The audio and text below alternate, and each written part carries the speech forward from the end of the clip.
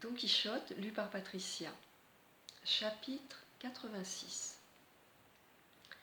qui raconte la découverte que l'on fit de la manière dont il fallait désenchanter la sans pareille Dulcinée, ce qui est une des plus fameuses aventures de ce livre. Extrême était le plaisir que le duc et la duchesse trouvaient à la conversation de Don Quichotte et à celle de Sancho. Mais ce qui étonnait le plus la duchesse, c'était que la simplicité de Sancho fut telle qu'il arrivât à croire comme une vérité infaillible que Dulcinée du Toboso était enchantée, tandis qu'il avait été lui-même l'enchanteur et le machinateur de toute l'affaire. Enfin, s'affermissant dans l'intention qu'ils avaient de jouer à leur hôte quelques tours qui sentissent les aventures, ils prirent occasion de celle que leur avait contée Don Quichotte de la caverne de Montesinos pour en préparer une fameuse. Après avoir donné des ordres et des instructions à leurs gens sur ce qu'ils avaient à faire, au bout de 6 jours, ils conduisirent le chevalier à la chasse de la grosse bête avec un équipage de piqueurs et de chiens tel que l'aurait pu mener un roi couronné. On donna à Don Quichotte un habit de chasse et un autre à Sancho, en drap vert de la plus grande finesse. Don Quichotte ne voulut point accepter, ni mettre le sien, disant qu'il aurait bientôt à reprendre le dur exercice des armes et qu'il ne pouvait porter une garde-robe avec lui. Quant à Sancho, il prit celui qu'on lui donna dans l'intention de le vendre à la première occasion qui s'offrirait. Le jour venu, Don Quichotte s'arma de toutes pièces. Sancho mit son habit de chasse et, monté sur le grison, qu'il ne voulut point abandonner, quoiqu'on lui offrît un cheval, il se mêla dans la foule des chasseurs. La duchesse se présenta élégamment parée, et Don Quichotte, toujours courtois et galant, prit la bride de son palefroid, quoique le duc voulût s'y opposer. Finalement, ils arrivèrent à un bois situé entre 2 hautes montagnes. Puis, les postes étant pris, les sentiers occupés et toute la troupe répartie dans les différents passages, on commença la chasse à corps et à cris, tellement qu'on ne pouvait s'entendre les uns les autres, tant à cause des aboiements des chiens que du bruit des cors de chasse. La duchesse mit pied à terre et, prenant à la main un épieu aigu, elle se plaça dans un poste où elle savait que les sangliers avaient coutume de venir passer. Le duc et Don Quichotte descendirent également de leur monture et se placèrent à ses côtés. Pour Sancho, il se mit derrière tout le monde, sans descendre du grison, qu'il n'osait point abandonner, crainte de quelque mésaventure. À peine occupaient-ils leur poste, après avoir rangé sur les ailes un grand nombre de leurs gens, qu'ils virent accourir sur eux, poursuivis par les chasseurs et harcelés par les chiens, un énorme sanglier qui faisait craquer ses dents et ses défenses et jetait l'écume par la bouche. Aussitôt que Don Quichotte l'aperçut, mettant l'épée à la main et embrassant son écu, il s'avança bravement à sa rencontre. Le duc fit de même avec son épieu, et la duchesse les aurait devancés tous si le duc ne l'en eût empêché. Le seul Sancho, à la vue du terrible animal, lâcha le grison et se mit à courir de toutes ses forces. Puis il essaya de grimper sur un grand chêne, mais ce fut en vain, car étant parvenu à la moitié du tronc et saisissant une branche pour gagner la cime, il fut si malchanceux que la branche rompit, et qu'en tombant par terre, il resta suspendu à un tronçon, sans pouvoir arriver jusqu'en bas. Quand il se vit accroché de la sorte, quand il s'aperçut que son pourpoint vert se déchirait et qu'en passant le formidable animal pourrait bien l'atteindre, il se mit à jeter de tels cris et à demander du secours avec tant d'insistance que tous ceux qui l'entendaient et ne le voyaient pas crurent qu'il était sous la dent de quelque bête féroce. Finalement, le sanglier aux longues défenses tomba sous le fer d'une foule d'épieux qu'on lui opposa, et Don Quichotte, tournant alors la tête au cri de Sancho, car il avait reconnu sa voix, le vit pendu au chêne, la tête en bas, et près de lui le grison, qui ne l'avait point abandonné dans sa détresse. Et Cide Hamet dit à ce propos qu'il a vu bien rarement Sancho Panza sans voir le grison, ni le grison sans voir Sancho. Tant grande était l'amitié qu'ils avaient l'un pour l'autre et la fidélité qu'ils se gardaient. Don Quichotte arriva et décrocha Sancho, lequel, dès qu'il se vit libre et les pieds sur la terre, examina la déchirure de son habit de chasse qu'il ressentit au fond de l'âme, car il croyait avoir un majorat dans cet habit. Enfin, on posa l'énorme sanglier sur le dos d'un mulet de bas, et l'ayant couvert avec des branches de romarin et des bouquets de myrte, les chasseurs triomphants le conduisirent, comme dépouille opime, à de grandes tentes de campagne qu'on avait dressées au milieu du bois. Là, on trouva la table mise et le repas servi, si abondant, si somptueux, qu'on y reconnaissait bien la grandeur et la magnificence de ceux qui le donnaient. Sancho, montrant à la duchesse les plaies de son habit déchiré.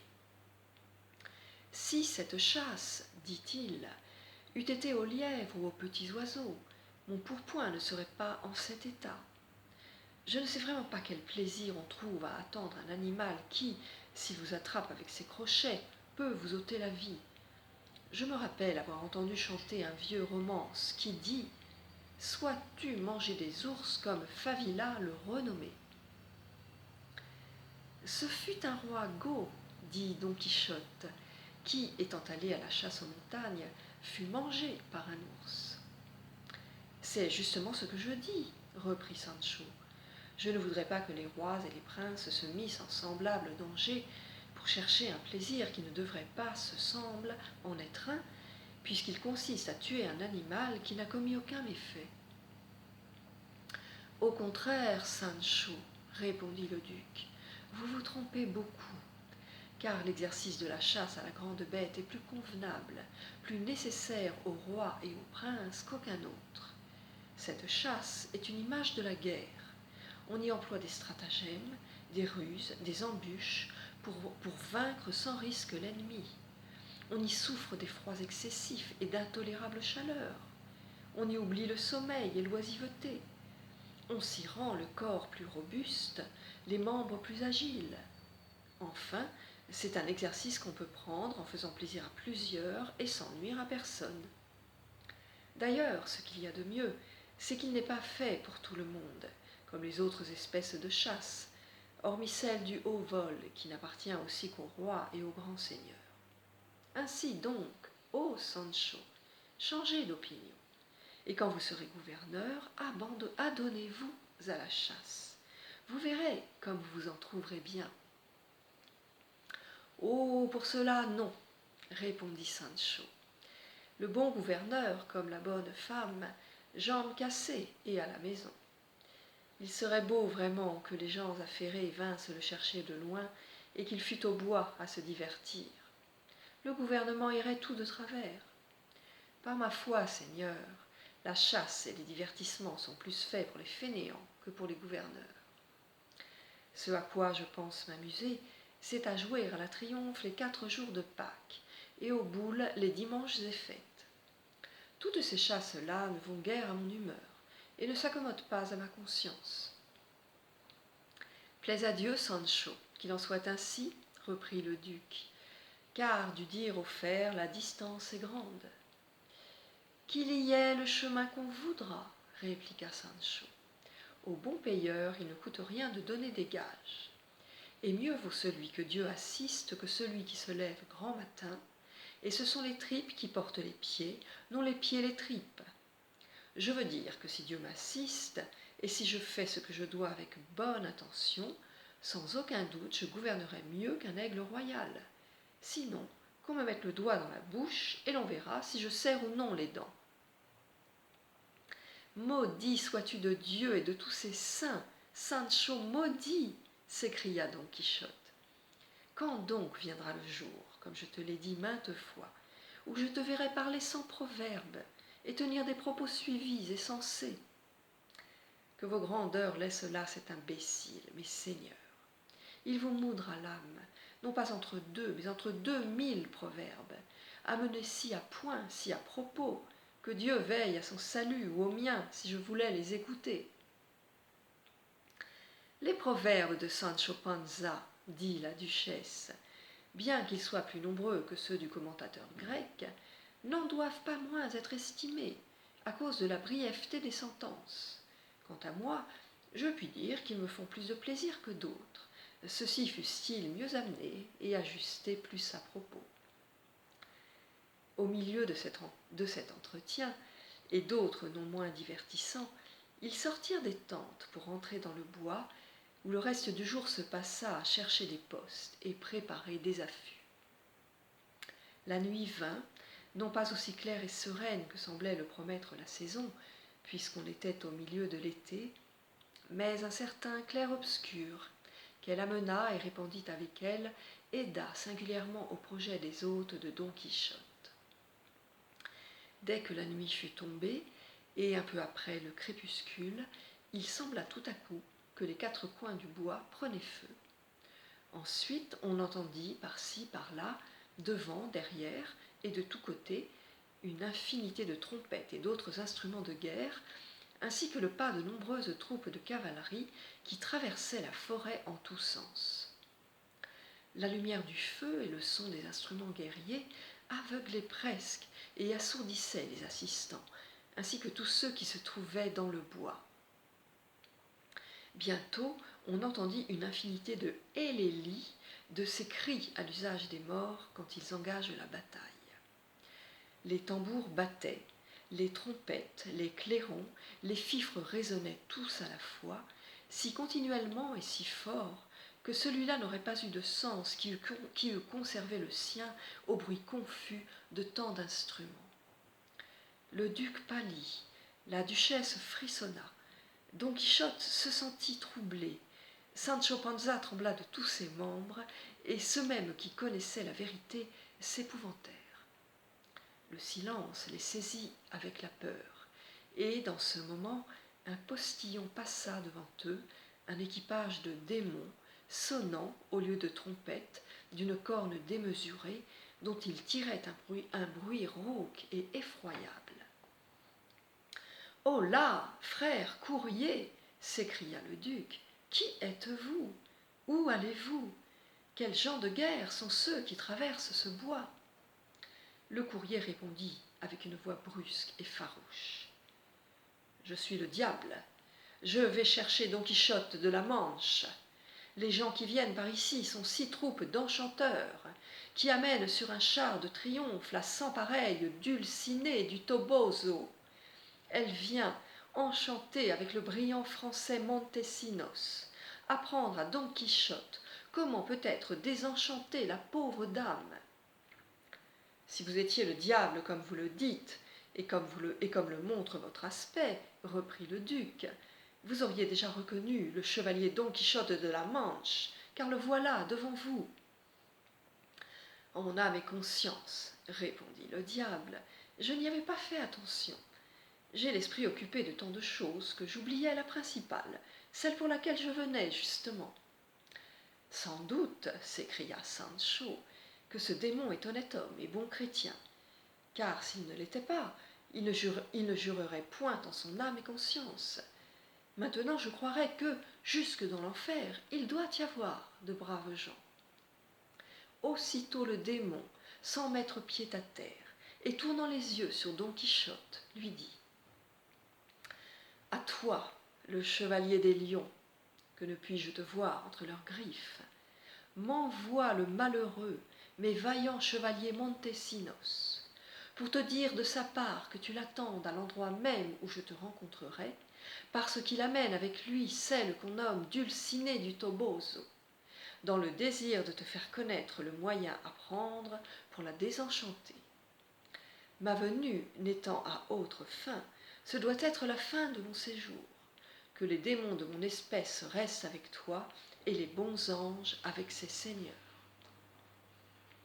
À ces mots, il se remit à souffler dans son énorme cornet, tourna le dos et s'enfuit sans attendre une réponse de personne. La surprise s'accrut pour tout le monde, surtout pour Sancho, quand il vit qu'on voulait à toute force, et en dépit de la vérité, que Dulcinée fut enchantée réellement. Pour Don Quichotte, parce qu'il ne pouvait toujours pas démêler si ce qui lui était arrivé dans la caverne de Montesinos était vrai ou faux. Tandis qu'il s'abîmait dans ses pensées, le duc lui demanda « Est-ce que votre grâce pense attendre cette visite, seigneur Don Quichotte ?»« Pourquoi non ?» répondit-il. « J'attendrai de pied ferme et de cœur intrépide, dû m'assaillir l'enfer tout entier. » « Eh bien, moi, s'écria Sancho, si je vois un autre diable comme le dernier, et si j'entends un autre cornet à bouquin, j'attendrai ici, comme je suis en Flandre. » La nuit, en ce moment, achevait de se fermer, et l'on commença à voir çà et là des lumières à travers le bois, comme se répandent par le ciel les exhalaisons sèches de la terre, lesquelles paraissent à notre vue autant d'étoiles qui filent. On entendit en même temps un bruit épouvantable, dans le genre de celui que produisent les roues massives des charrettes à bœufs, bruit aigu, criard, continuel, qui fait, dit-on, fuir les loups et les ours s'il y en a sur leur passage. À toutes ces tempêtes s'en ajouta une autre qui les accrut encore. Il semblait véritablement qu'aux quatre coins du bois, on livrât en même temps 4 batailles. Là résonnait le bruit sourd et effroyable de l'artillerie. Ici partait une infinité d'arquebuses. Tout près, on entendait les cris des combattants. Plus loin, les hélélis sarrasins. Finalement, les cornets, les corps de chasse, les clairons, les trompettes, les tambours, l'artillerie, les coups d'arquebuse, et par-dessus tout l'épouvantable cliquetis des charrettes, tout cela formait à la fois un bruit si confus, si horrible, que Don Quichotte eut besoin de rassembler tout son courage pour l'entendre sans effroi. Quant à Sancho, le sien fut bientôt abattu. Il tomba évanoui aux pieds de la duchesse, qui le reçut dans le pan de sa robe et s'empressa de lui faire jeter de l'eau sur le visage. L'aspersion faite, il revint à lui dans le moment où un char aux roues criardes arrivait en cet endroit. 4 bœufs tardifs le traînaient, tout couverts de housses noires, et portant, attachée à chaque corne, une grande torche allumée. Sur le chariot était élevé une espèce de trône, et sur ce trône était assis un vieillard vénérable, avec une barbe plus blanche que la neige, et si longue qu'elle lui tombait au-dessous de la ceinture. Son vêtement était une ample robe de boucassin noir, et comme le chariot portait une infinité de lumière, on pouvait aisément y distinguer tous les objets. Il était conduit par 2 laids démons, habillés de la même étoffe et de si hideux visages qu'après les avoir vus une fois, Sancho ferma les yeux pour ne pas les voir une seconde. Quand le char fut arrivé en face du poste où se trouvait la compagnie, le vénérable vieillard se leva de son siège élevé, et dès qu'il fut debout, il dit d'une voix haute « Je suis le sage Lirgandé ». Et le char passa outre, sans qu'il ajoutât un seul mot. Derrière ce chariot en vint un autre tout pareil, avec un autre vieillard intronisé, lequel, faisant arrêter son attelage, dit d'une voix non moins grave que le premier « Je suis le sage Alquif, grand ami d'Urgan de la Déconnue ». Et il passa outre. Bientôt, et de la même façon, arriva un 3e chariot. Mais celui qui occupait le trône n'était pas un vieillard comme les 2 premiers. C'était un homme large et robuste et de mine rébarbative. En arrivant, il se leva debout comme les autres et dit d'une voix encore plus rauque et plus diabolique « Je suis Arcalaus l'Enchanteur, ennemi mortel d'Amadis de Gaulle et de toute sa lignée. » Et il passa outre. À quelque distance de là, les 3 chariots firent halte, et alors cessa l'insupportable criaillement des roues.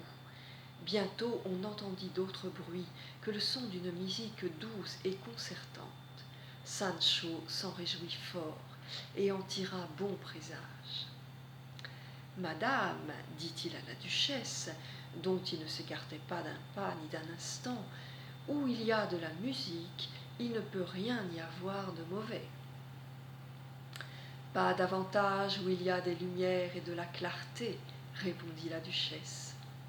Oh, reprit Sancho, le feu donne de la lumière et les fournaises de la clarté, comme nous pouvons le voir à celles qui nous entourent, et qui pourraient bien pourtant nous embraser, au lieu que la musique est toujours un signe de réjouissance et de fête. C'est ce qu'on va voir, dit Don Quichotte, qui écourtait leur entretien. Et il avait raison, ainsi que le prouve le chapitre suivant.